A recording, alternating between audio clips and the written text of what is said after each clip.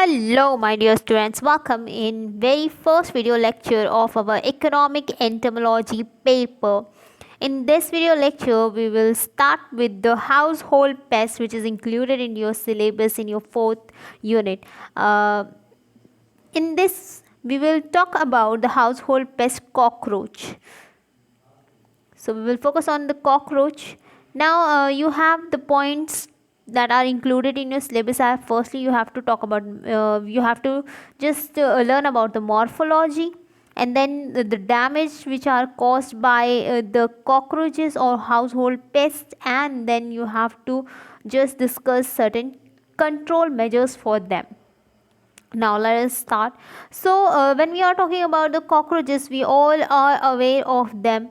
We all know the morphology of cockroaches, but certain points are there which we don't know. So there are 30 species which come in contact with the human beings. As we are talking about the household pest की बात करें तो obviously जो human के contact में आते हैं वही species की बात करना होगा, क्योंकि हम हाउस होल्ड पेस्ट देख रहे हैं, ऐसे पेस्ट देख रहे हैं जो ह्यूमन होम्स में डैमेज कॉज करते हैं. So there are actually 4600 species which are associated which are present world widely, but उसमें से सिर्फ 30 स्पीशीज है जो ह्यूमन्स के कांटेक्ट में आते हैं. And amongst these 30 species also only 4 major species are there which are well known, जो बहुत ज़्यादा फेमस है. First is German cockroaches, second American cockroaches famous है, everyone is aware of them, and Australian cockroaches,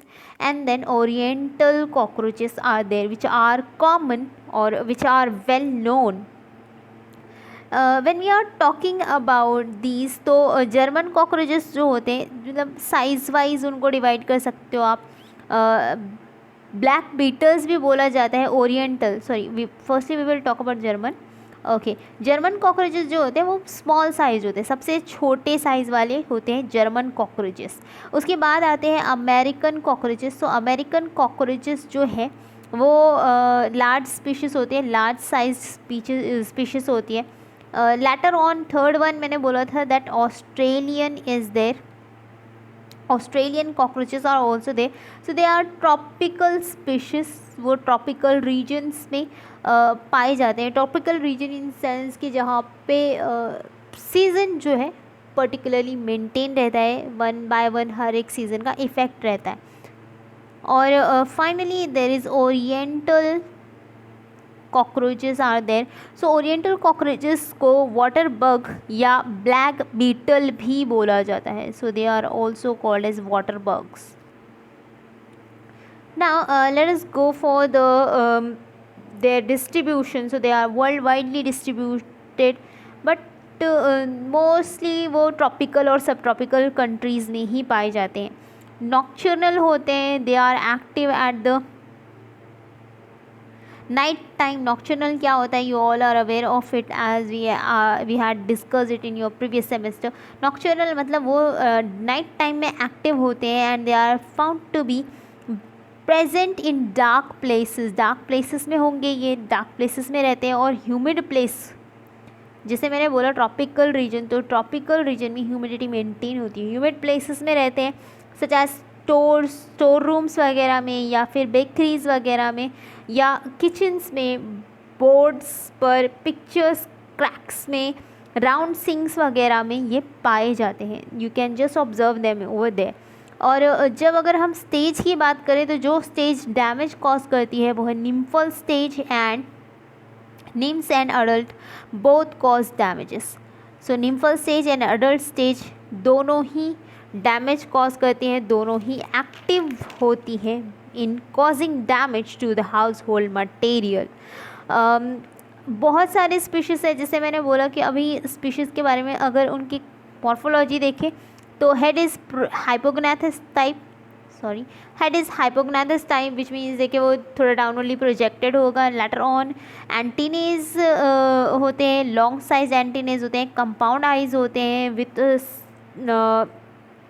certain 2 ऑसिलाइज. और फिर जो legs हैं they are of crawling type, तो legs are of crawling type, biting and chewing type का mouth part होगा। और wings होंगे इन अडल्ट्स, तो मेम्ब्रानस विंग्स होंगे, four wings, hind wings well developed होंगे। अब ये तो पता है कि वो उनका जो मैंने बोला माउथ पार्ट्स जो है वो बाइटिंग एंड च्यूइंग टाइप है, मैंडिबल्स बहुत अच्छे से डेवलप्ड होते हैं, that's why they just cause a bit more damage.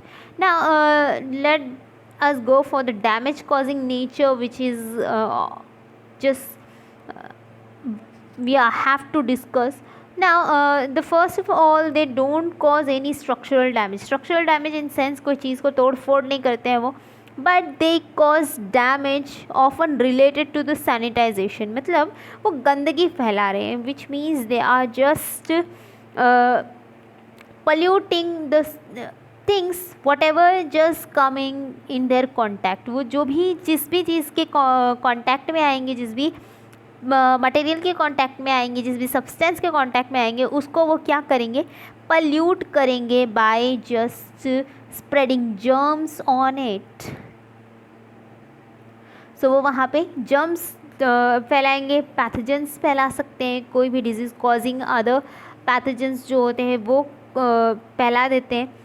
And वो वोरेशियस फीडर होंगे इन सेंस के वो बहुत ज़्यादा फीडिंग करेंगे, plus they feed on different materials, they are not so much choosy in case of their feeding habit. They just eat upon the breads, sugar, honey, clothings पे वो feed करते हैं, leather material पे वो feed करते हैं, oil, fat and डम old books जो है, ओल्ड डैम्ड बुक्स जो होंगी उस पर भी वो फीड करते हैं।